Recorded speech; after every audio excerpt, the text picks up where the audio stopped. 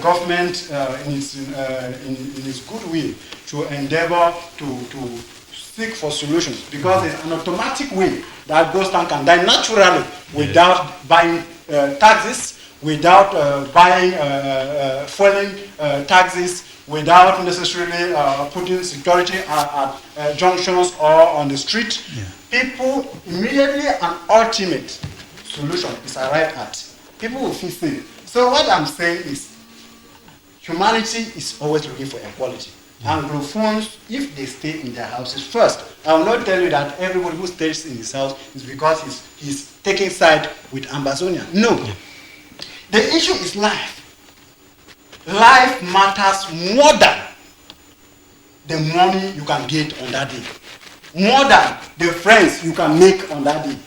It will be immaterial. You have seen several people lying lifeless on the street on that particular day. So people feel that if going out on that day might remove them out of the surface of the earth, it's better to stay at home. So what we are trying to call the attention of the government, that I know they can always do it, even though it might take time. I'm trying to say that the government should try to adopt other strategies that will be more, you'll be more welcoming, because this issue of putting taxes on the road is few individuals that will benefit. But maybe they are trying to copy from the Ekema administration, where they succeeded, and today ghost town is Ekema never not succeeded. something to write on. Ekema never succeeded. You know, one thing that we fail to know, what is good, we welcome it. And what is not good, we shun from it. Ekema felt that through force, he can cause people to come out. But let me tell you, Mr. Mambo, the truth that remains is the government, as the father of all its citizens, will always want the citizens to be in peace. But like I told you, the life that the citizens carry, there are no two. And now Ekema put down this strategy. How many people were on the streets? That's why, Mr. Item, how many people were on the streets? So it's a blunder to say that he succeeded. And if you are saying that he succeeded, you are automatically telling the Kumba people who are trying to adopt a similar strategy to follow the way, I feel that I am trying to suggest to the society that I feel that another strategy will be welcome. What I am saying is, if you look at Ghost Town in Boya today, it's something that in the yesteryears, when it started in 2016 and so on, you see taxis were not moving on a day like that, even persons. But now, on a ghost town like today, you see taxis moving up to this hour. Maybe they are trying to copy from that they may succeed to an extent. Even taxis, you know, in a democratic society in which we live, we follow the majority. Okay. If perhaps we have 5,000 taxis in the Boya municipality and 10 applying the road, it will be it will be more of life to say that taxis applying the road, because those people who are coming out is just to defend the agenda of an individual and not pulling the society along. So it's when the society must have been pulled along and everybody is feeling free, sitting in an up license at the roadside, drinking, moving freely without feeling some kind of threat or fear. That is when we can say they are succeeding. Okay, let me just come to you. Don't you also see that if you see FACO division, let me say, free from this ghost town to an extent, is because of same kind of strategy the Boya regime took some years back? I'm tempted to say yes. Just that as denizen of the FACO division you are mentioning and Boya precisely, I think the reality are different. You permit me, let me differ a bit, because in Boya, for instance, though we have some taxi drivers that apply the street on Monday ghost time, the population that is supposed to take the taxi, to go about the activities while taking the taxi, are lacking in the rendezvous, because the presence of taxi driver on the highway actually is motivated by the population. If we go from that perspective, we would think that 25 taxis that have just been sporaded into the Kumba main street will definitely not meet denizens on the way to carry. And so who will be that taxi driver or that businessman that would like to spend fuel unnecessarily just to roam the town? Is it a new town that you have tourists that want to see? Maybe they decide they'll be giving them free, maybe petrol. And correlating that with Boya, that according to you think has been a success story, I want to remind you that not to be victim in those days. I'm taking you back in 2019, January to about March or so. Not to be victim of the Ekema way. Most taxi drivers used to, on Sundays evening, most taxi drivers will park and only resume duties on Tuesdays. Because what they used to do is that they come out on, especially the threshold between support up to class water where the council is. Municipal police used to come out and stand, then seize taxi and go and keep it at the council. Then on Monday, they force them to come and collect it plus their 10 liters. Those were you. So you see, all those measures were put together to encourage drivers to ply the streets. Some were motivated and they even followed that gateway. Just that it was a gateway that leads nowhere because on the streets, they had no passengers, and at the end of the day, because when you leave the house, let me tell you, we are talking about people, taxi drivers are common men. They are people that, it's not an insult. They practically work from hand to mouth. That is, each day they leave the house and they have a fixed amount of money that they give to their wife. In most cases, those who are extravagant. Or relative for food money. And so each time they want to leave the house, the wife will expect that particular amount of money. So they were caught between the dilemma of satisfying the mayor caprices, or they actually leave the house and leave that food money.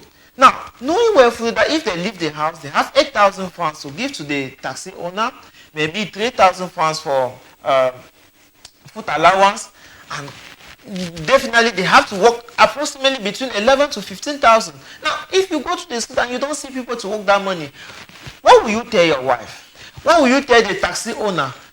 It would 10 liter be converted into that money that you need to back all those two ends. I think those are the multivariance equation that they had to solve before they defied the rule. I'm putting all this fact together as a free consultation to the city management of Kumba to make sure that they consider all these other variables that they are not seeing. For them, they just want to be satisfied to see the yellow color on Mondays on the Kumba streets, but they should know that beyond that colorful admiration that they will see and not their chest that no, their rule is being followed. They should know that there is a family, there is a business behind that activities that need not to be rubbish because of some overzealous administrators.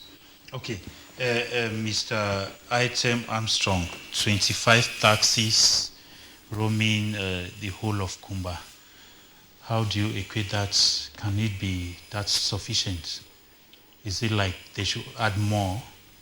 I think the question has answered itself. Yeah. Because it will be insufficient to really make people feel that the ghost towns in Kumba have been stopped. Because a town of about 500. Kumba is bigger than Boya. And it has more streets than Boya. So it is common, or it will be common to see some streets in Kumba empty, while that taxi is flying a particular part of the road. And if perhaps the people who want to show to the world that ghost town is visible through taking photos and whatsoever, goes to a small end and takes photo where the road is empty, you will see proof the fact that ghost towns have not completely been crushed. Please, this brings me to this point. You also realize that at one point, irrespective of the fact that our military is professional, there are some elements in the military who still yet don't know their job, the description of their job, or who still yet follow money and pride than to defend the state. That is why if you move out on that particular day, there have been some days that you move out and you see people instead fear going to the street because they fear that they will meet a military man and he will intimidate them. Either because he will see them as somebody who is an amber or somebody who is a threat. Yeah. I think even though there is something mixed up somewhere, the military, if you ask a military, he will feel very secure if the street is deserted on that day. Why? Because they feel free where they can see fire to see that an enemy is coming and to fire without any obstacle. But at the same time, there is that quest by the society to feel that people should flood the street. That is why if you move out on the street on that day, you will see ordinary Cameroonians phones being checked. You will see they check their ID card every 2 seconds. You move on the street. You see taxi drivers who have volunteered, giving up their life to defend, that is to show for patriotism, to move on the street. You see them being stopped after every 1 minute for checking their books and whatsoever. I saw taxi driver at one point being very disgruntled. Why should I come out on this kind of day and then this kind of security presence everywhere? Because the worry Cameroonians have is anywhere military find themselves, they feel it's a control point. Yeah. That is the problem. There should be station control point. I'm sending this information to the commissioner and the people who are in charge to know that there should be station control point, that people are aware that each time they are going, when they reach this point, they will be checked. Because when perhaps I'm moving from my house to the junction, to the roadside, and there is a control point at my door, what does that mean? It's automatically showing that they want to send me back to my house. And they are telling me to go back into the house, that outside there it is. But don't you unsafe. think that if they do like that, if those with maybe illegal goods or some mafia reason, immediately they know that this is a control point, they might take some other bends and so on. So they need to be taken by surprise. No, I think this has been my opinion. Okay. That people who volunteer to go out on this dangerous day, that people fear going out, should be motivated. Okay. How should they be motivated? I expect even a surprise package where at each point a military man will welcome a taxi driver, courage, and give him an envelope of even 100,000 francs. And when he goes home and tells his friend, there is no way his friend will not come out on the next ghost town day. And this is a similar point that I hope that every store that is open on that day should be given a package by the council. The council should not be only motivated by sealing stores on that particular day. Because in as much as you want to combat, you should also pull. Okay. Yes. You should not only be trying to use measures that will only be compelling people to abide. You should also put in measures some pull forces that people will voluntarily, because in as much as this crisis is concerned, it's more of an ideology. And ideology is not something you can fight with a gun. Okay. It's something that you can fight with words and with a lot of sincerity. Okay. And that is what we are calling on the good government of Cameroon that has ever had its citizens at heart to do. Because even though as a father you can always beat your daughter, you can always slap your daughter, but there is that need at one point or the other to always draw them back. That is what makes you a father. What makes you a father is not that you don't beat your children. Okay. Is that when you beat them and you see that they are crying, you tell them, no, I'm sorry my daughter, I'm sorry my son, you put them back. And this is time for the government to realize that the children have cried so much, there's that need to start pulling them back. And when he pulls them back, I am optimistic that they will come out on that day voluntarily. Okay, let's look at the economy, because if you notice, let's look at it. Just a day in a week, not forgoing a day for safety or for the security of people, than fighting for that day that may cause more. I want us to look at the economy, to lose what you lose just for a day and what you may lose in maybe many days. Because if they are putting 25 taxes and it is not effective, how do you look at the economy of Kuma? Okay, when we talk of economy, we have about 4 to 5 sectors that are directly involved. Okay. Education, business, transport, food, that's markets, and other stuff. Yeah. But before I get deepening my knowledge on this, I want to get back again to, admire the points of the representative of CPTM on this platform. I think for once, no, he has not said so. He has made some. He's just analyzing. I think he keeps saying the good government of Mr. When he says a good government, it doesn't mean he's CPTM. No, but sometime in the past, he has. If you support the good work of somebody, it doesn't mean the government is consistent. If the manner in which they are trying okay, just go on. Okay, what I wanted to say is, I think the carrot method of encouraging the few ones that volunteer to take the streets is a good one, which for me I really want to stand for. I think it was not an overstatement to say that. I think it's a good point, just to say that. But nothing would remove that in my mind that is representing the CPT on this platform. So about Kumba, I think. Economic-wise, it's clear that education does not function on Monday. So it goes back again in the genesis of why the ghost town. And I want to corroborate again with my learned panelists to say that he has now is gradually getting in people culture, especially the civil servants. It is already established to them that they do their market during the weekend, and on Monday they shift because Sunday is a show day. Yeah. On Sunday morning, you have various cultures. They get up, wear their last clothes, the most expensive clothes, go and turn in an environment called the church, while the most intelligent one wait for the afternoon. They go and sit on panel, and they talk about how Cameroon will be changed over and so on. Cameroon is a wonderful country, and I watch all that drama play every Sunday, 52 in a year, and years after another. I'm getting to my aging age, and I'm seeing that since I started reasoning, just to say that education on Monday is already something that we will still catch up. For now, it is dormant. About business now, people are caught, especially street vendors, especially hawkers, especially those who are into the most vulnerable part of the informal sector.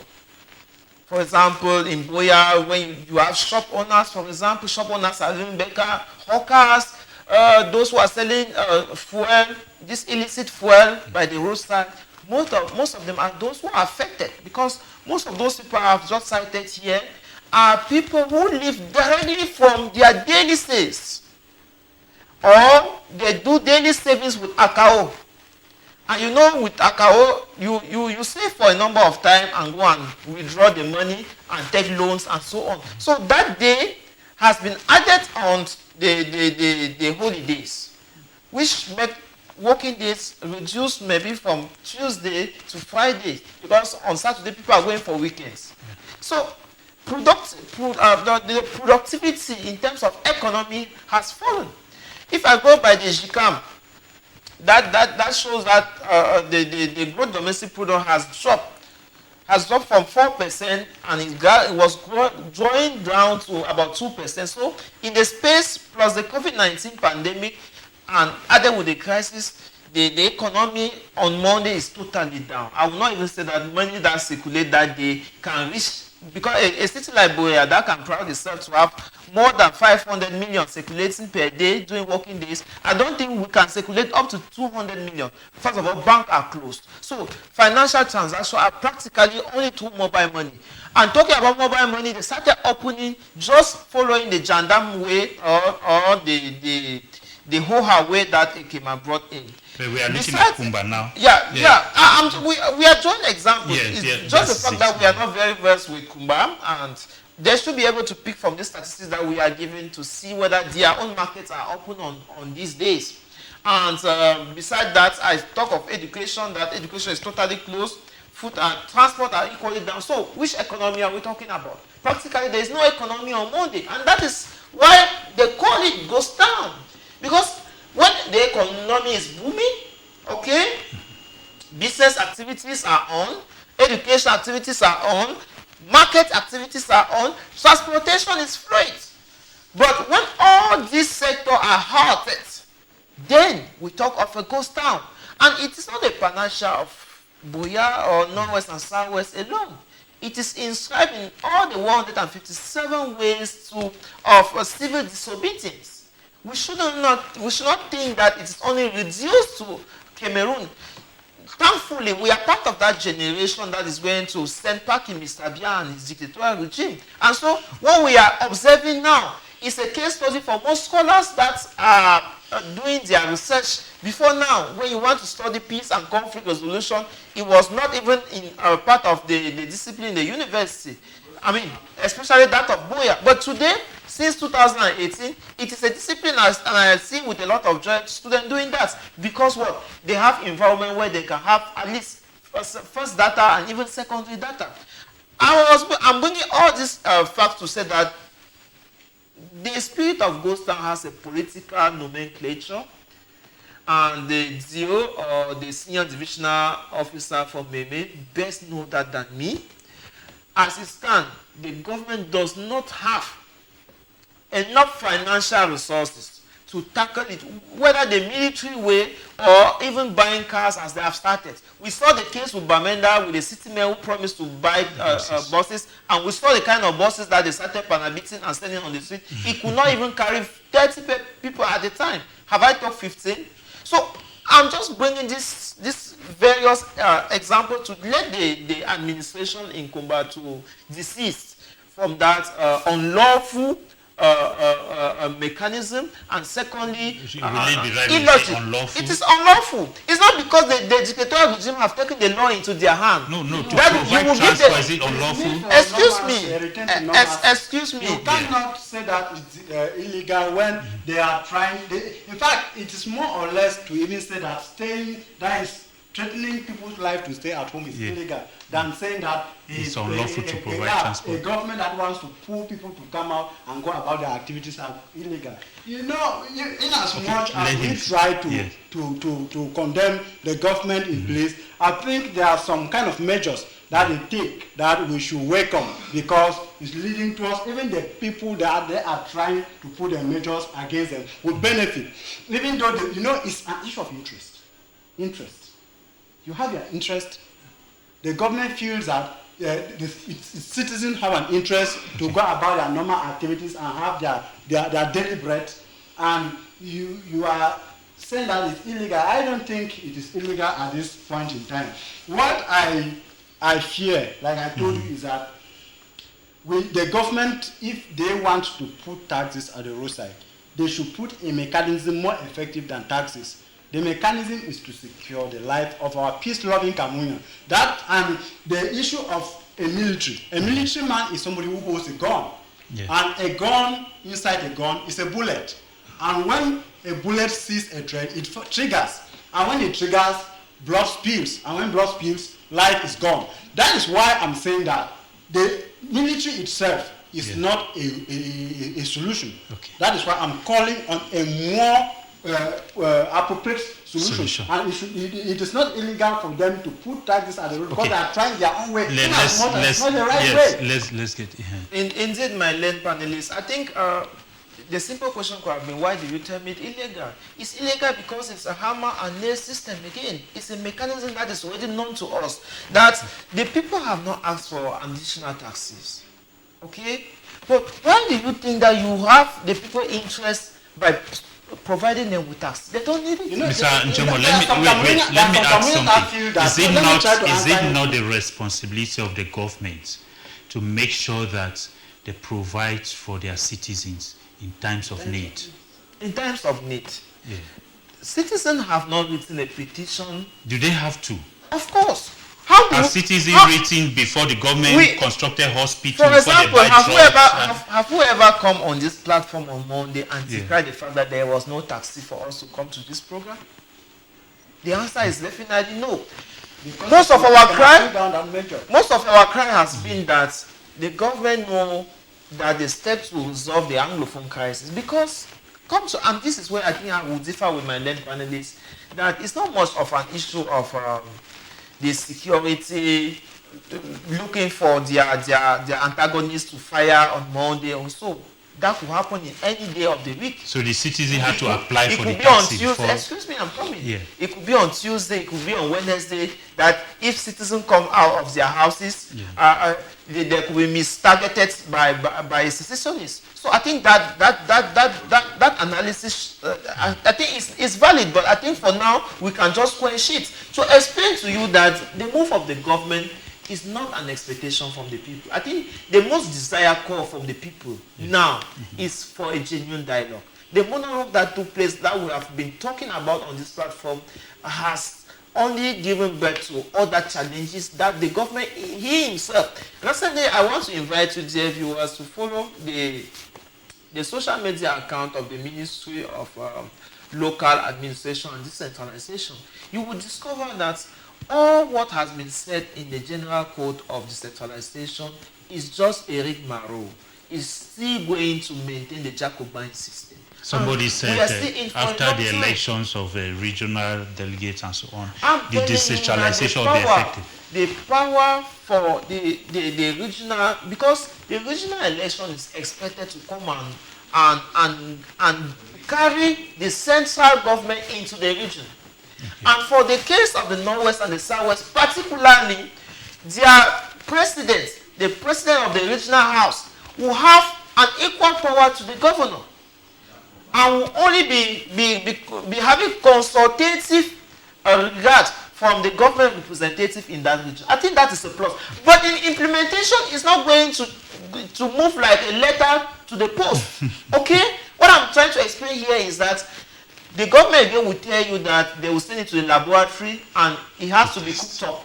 And before people see the light of day, the lights, I mean, before people send the smell of it, it might take the next other 25 years. We should remind Cameroonians that the law, the constitution we are trying to put in place now, is since 1996, the revision of 1972 constitution, 1961 constitution. So if you see that it have taken us 25 years or so to implement the original house of election, then we should take Cameroonians that accepting another window dressing law in the name of the General Code of Decentralization might only send our children now to expect something that we have spent our entire life. Let's conclude on this topic. We have used about 30 minutes for that.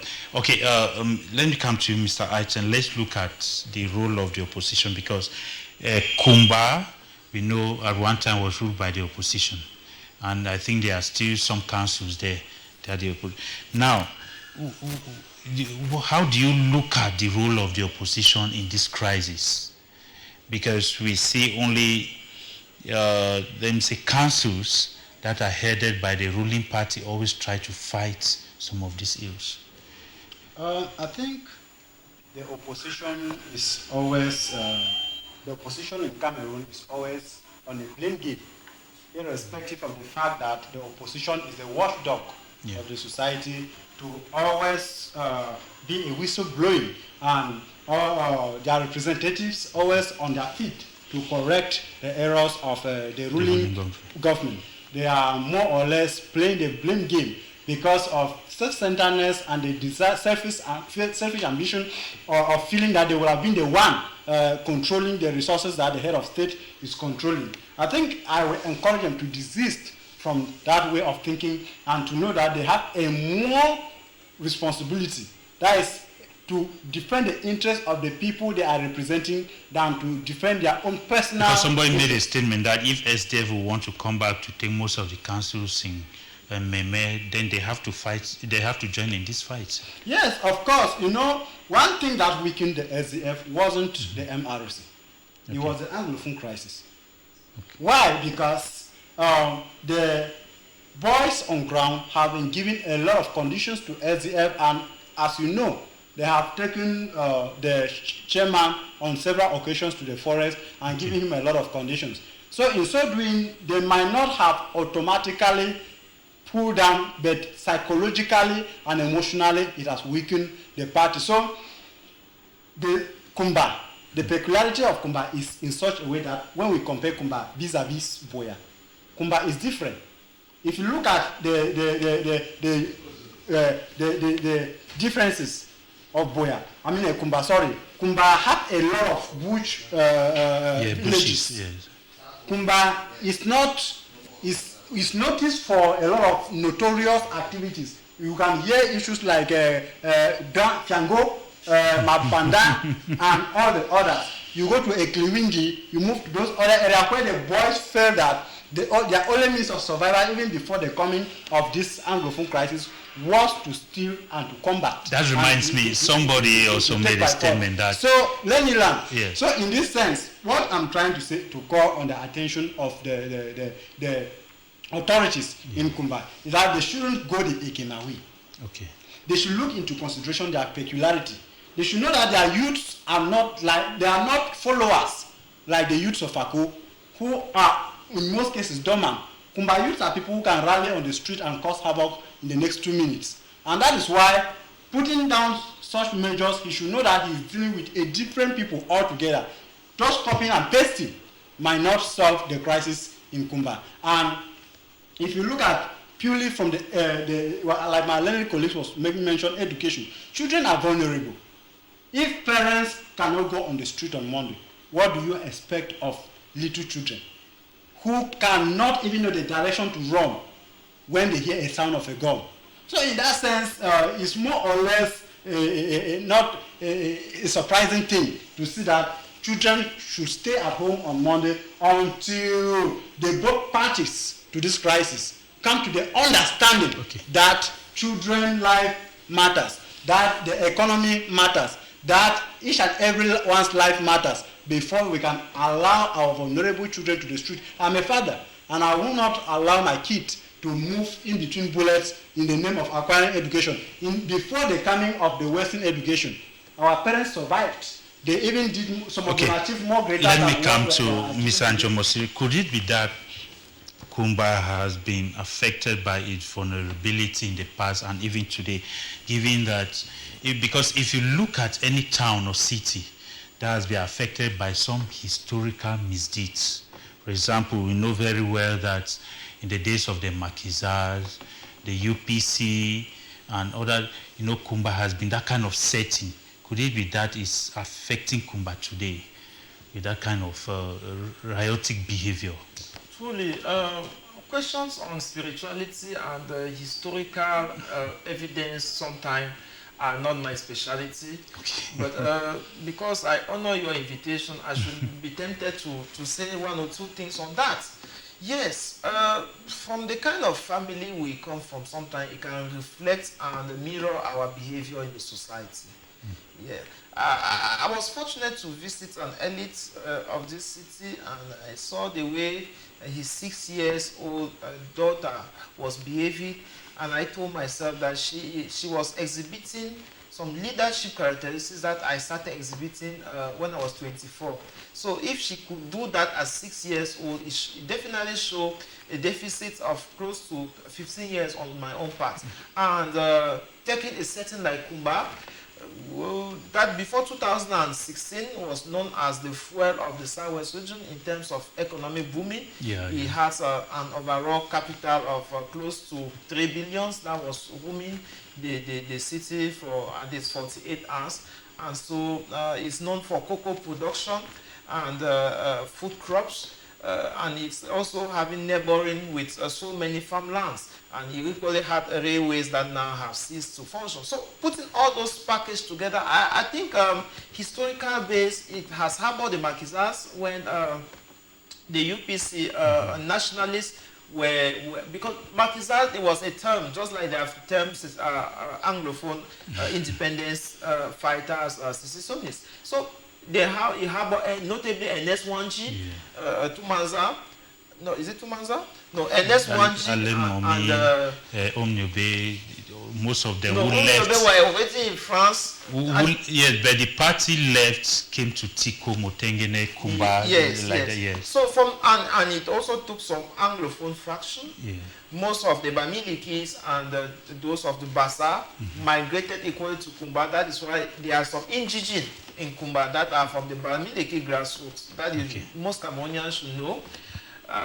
So what we are trying to explain is that their forefathers haven't fought with the UPC, definitely have let grow that spirit in the mainstream of the family or in their grandson, because we actually inherit some character, some genes from generation to generation, and it would not be wrong for you. Yes, it would not be wrong to say that resistant spirit actually dwells in Kumba, and because we see how it followed even the areas of Motengene, Tiko like that. Then if you see the northwest too, you see that if you look at the riots. I think without attacking any ethnic group or cultural setting, what we are actually saying here have evidence based that the way we grow up sometimes we mirror that attitude to the society. A child that have been taught to beat the younger sister when she is asking for something will definitely beat the wife, and vice versa. So I think those kind of attitude that we grew up with, actually, if care is not taken, most of the times we reflect that in the society. Without which, I want to say that there is a cause-effect relationship here, where the military regime of Yaoundé is doing everything to suppress the grassroots, despite the legitimate cry that from time to time our late panelists play in the juxtaposition of it. I want to be very clear and continue to be consistent in my push that it is only when the regime will take on to a genuine dialogue that truly we shall establish the fundamental principles for peace to regain the land, and so that all this Monday goes down, taxi surplus or buses supplementation in the street, in the town, we end. I think it's only a genuine dialogue that can your last word to this, because by the 22nd of this month, maybe next 2 weeks, they'll be having elections for mayors and city mayors. So what's your advice to them, those who come up to fight this? Is that when the regional councillors are put in place, they should endeavor to fight for their people. Okay. When my landed panelist was trying to make mention of the issue of me juxtaposing, or I'm not juxtaposing anything, what Cameroonians fail to know is that they are genuinely and voluntarily elected by their citizens, but they fail their citizens when they arrive where decision making is concerned. Okay. And that is why I'm saying that when you move to the stream of power, let the people hate you because you want to defend your people. Okay. Don't go there and pretend, because that is self-centeredness. That is what I term on this platform over and over, self-centeredness. Because you want to show to the regime that you are an angel, and you are to show to your people that they never sent you anywhere. After all, as people will always make it, decision making is from up. No, decision making starts from the root. Because if you never went into a municipality, you wouldn't have become a regional councillor, you wouldn't have become a mayor, you wouldn't have become a senator or a parliamentarian. So it would be vague for you to start equating power from coming from Yaoundé. And the military, I would draw attention to the SAS. The special anti-robbery squadron in Nigeria. That we shall be talking about. That has been put in place. Yes. The mere fact that they carry out some activities that violate the human right of individual does not make them unprofessional. And you see, the society in which we live is a society where once your selfish ambitions are tempered with, you equate that person with unprofessionality. No. The military is at one point trample on some kind of people in order. That is why even in the driving field, it's better to kill one person and save 20 lives. So I am not giving any right for anybody to be killed, but I'm trying to paint a picture as to why the military can move a particular distance at one point to bring some conditions under control. Okay, your last word to the new regime that will come by the 22nd of this month in Kumba. Oh, following post-electoral litigation, the city mayor of Kumba had to rerun election, and asking my wish for the new bureau that will be coming up. The first thing is that they should think about their grandchildren. If the CRM gives advice for everybody to boycott, it's because we had the interest of our own 4 grandchildren before us. So my utmost wish that day is that there should be no candidate, so that Kumba should not have a city mayor, because truly they are illegal and their activity is just waiting for time. Dear viewers, we shall go for a break. When we come back, we shall be taking the second topic for this program, where we shall be talking on International Non-Violent Month celebration amidst gross violence in Cameroon, when we come back after this break.